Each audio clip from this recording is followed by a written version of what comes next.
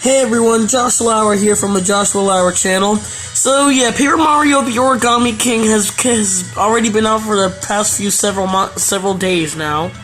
After playing the game completely and beating the whole game, I decided to do my very own review on the game since I think the game is actually pretty good and is kind of a return to form for the whole Paper Mario series. Or in this case, I think it actually leads in the right direction. Like, right when I saw the first trailer for Paper Mario the Origami King, I felt really excited because it's actually been a while since we got a new Paper Mario game. And this one actually looks a bit of an improvement from Color Splash and Sticker Star. This time, the main gimmick in the game is about origami, and the plot to the whole game is that King Ollie, the villain in this game, is wanting to turn everyone in the Paper Mario world into origami. And Mario and the little sister of King Ollie, the evil villain, Olivia, actually wants to help out Mario through his adventure of stopping her brother's plans. Alright, well it's time to start the review for the game, so here we go. This review for the game will be fully detailed and I will talk about almost everything in the game. So just a quick heads up, if you haven't beaten Paper Mario the Origami King yet, please don't watch this video because this video contains spoilers for the game. Alright, so with no further ado, let's finally begin the review. And don't scream at me in the comments about the spoilers because I already warned you now. So with no further ado, let's begin. The gameplay in Paper Mario the Origami King pretty much controls almost the same as any other Paper Mario game would control. Like in the original Paper Mario game on the Nintendo 64, and of course Paper Mario the Thousand Year Door, Mario pretty much controls almost identical to those two games. And when I was playing the game, actually controlling him in all these other different areas in the game actually felt really satisfying. There's of course normal controlling, which is just plain Mario running around all these areas and just throwing confetti on the ground and just clearing up the paths and stuff and opening up treasure chests that can find collectibles inside, and of course collecting coins and hitting stuff with hammers. And when you actually get to the Autumn Mountain area in the game, there's also a part where you can actually control a bow and just avoid hitting stuff in the river, and that actually felt really satisfying to do too. It was somewhat hard to control, but after getting used to it, I just, got used to it. And of course, there are actually other areas with just some basic platforming, while throwing confetti in the air to filling up some spots, and hitting question mark blocks. And there are many other gameplay styles and controls in the game, and just experiencing them actually feels really cool and satisfying to do. And I always loved how in some of the new Paper Mario games, they would always tend to try new things. That's pretty much what I love about video game companies and when they make games, is that they would always try new things every time they make a new game. And that's what Intelligent Systems and Nintendo pretty much did during the whole Paper Mario series. May not have turned out good with Color Splash and Sticker Star, but it definitely did work out with the Origami King. And I'd say they pretty much did a good job with the whole battle system thing.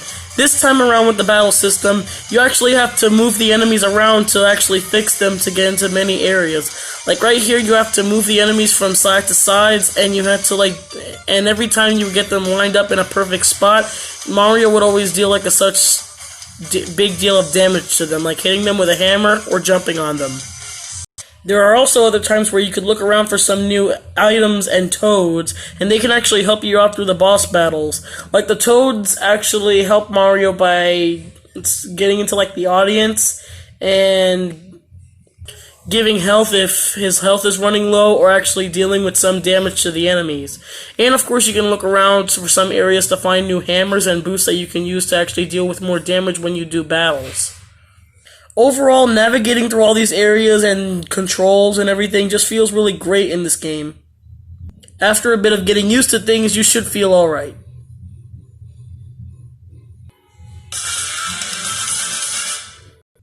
Paper Mario the Origami King is a pretty great and decent looking game, with a lot of vibrant colors everywhere you look. Another good example for the visuals in the game is just all these new areas you can explore throughout the whole game. Like this area right here is a dungeon underneath Princess Peach's castle, which looks really great. There's of course a forest with a lot of talking trees. this mountain area that's filled with lots of mountains and toads and other origami enemies. And I don't know if this is official, but I think they actually brought back the partners.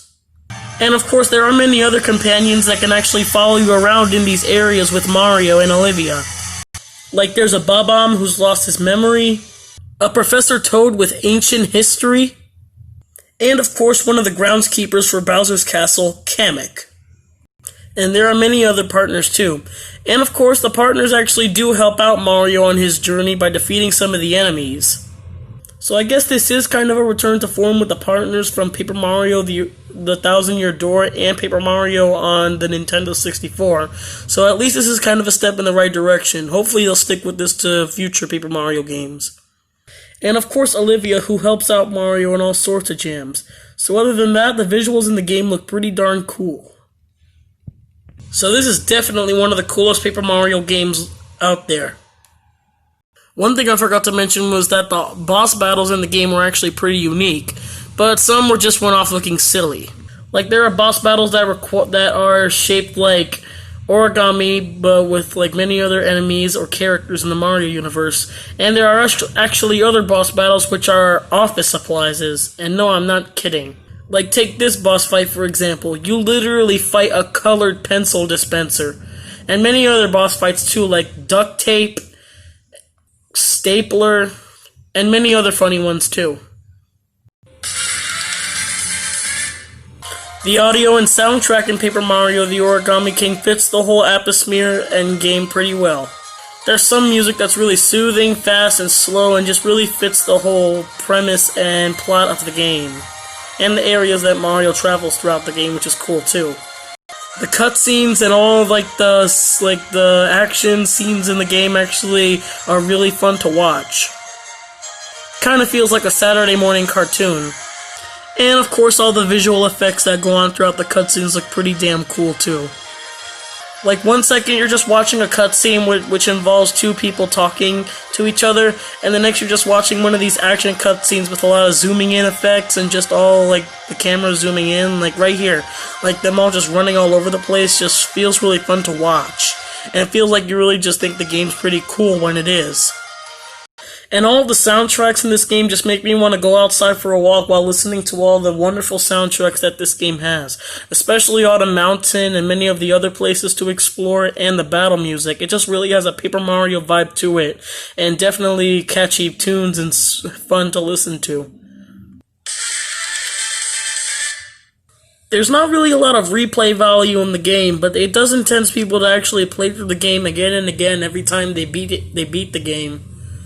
There are plenty of enemies placed all over the place, so it does entice some people to actually defeat the enemies over and over again. There are also these little statue things that you can find inside treasure chests that contain statues of things you've already seen in the game, so that could be well worth collecting, because I am a collector myself, and collecting those things throughout the game actually really pleases me. I don't know the exact number of how many treasure chests there are, but I'm pretty sure there are a lot, and I'm pretty sure I almost collected every single one of them. And as I said before, there are many toads you can find in the game, so finding all of them during the gameplay of replaying it over and over is actually really great. And they can actually help you out through boss battles and many other battles too. There are lots of things to do in Paper Mario the Origami King, which could really insist people on replaying the game over and over again. So much as to talking to everyone you come across in the game. There are also a lot of unique puzzles to solve throughout the game, which really give it lots of fun value. So there are really lots of fun things to do in the game, and it's just really fun to do. And some parts in the game actually really got good laughs out of me because of its good humor and stuff, like the parts where Mario puts on helmets that have like Samus, a Goomba, or Donkey Kong. It all just feels so lively, which is what makes this a really great game. Paper Mario the Origami King is kind of a step in the right direction for the whole Paper Mario series. There's no like sticker festival or anything, and there's no paint splashing or anything. It's just like a kind of a normal Paper Mario adventure with partners, and almost like how it was on the GameCube and N64. As far as the gameplay goes, things could get a little challenging from on and on when you play through the game. But challenges in games are always fun. Just all the new environments, characters, and abilities you can do and explore in the game just makes it really fun. Although sometimes you might find yourself stuck in new areas, but if you just look around or just ask Olivia for help, that can actually help you not get lost in the game. But if you just get used to everything in the game, wouldn't get stuck too much. Like, I got stuck several times when I was playing through the game, but I didn't think I would actually beat the game, but I did manage to beat it. So yeah, if you just follow all the rules and just remain calm and just look around for all these areas to finding what you need to do, it could really help you out and make this game really awesome. So yeah, those were all my opinions and thoughts on Paper Mario the Origami King. I really think this game was a lot better than Paper Mario Sticker Star and Color Splash. Well, it was improvements from Sticker Star and Color Splash, and yeah, it's kind of a step in the right direction for how they should take the series on in the future. So yeah, I'd give the game a good decent 9 out of 10. Alright guys, so that was my review on Paper Mario the Origami King. I think the game was actually really great and much of a step in the right direction and a better improvement from the latest Paper Mario games. And yeah, hopefully if Nintendo keeps this up, the Paper Mario series can actually be saved for all Paper Mario and Nintendo fans, including me.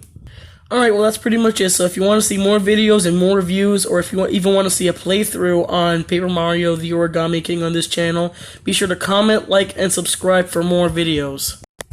Alright guys, so that's pretty much it. Thank you guys for watching. Comment, like, and subscribe, and I'll see you guys in my next video. Goodbye.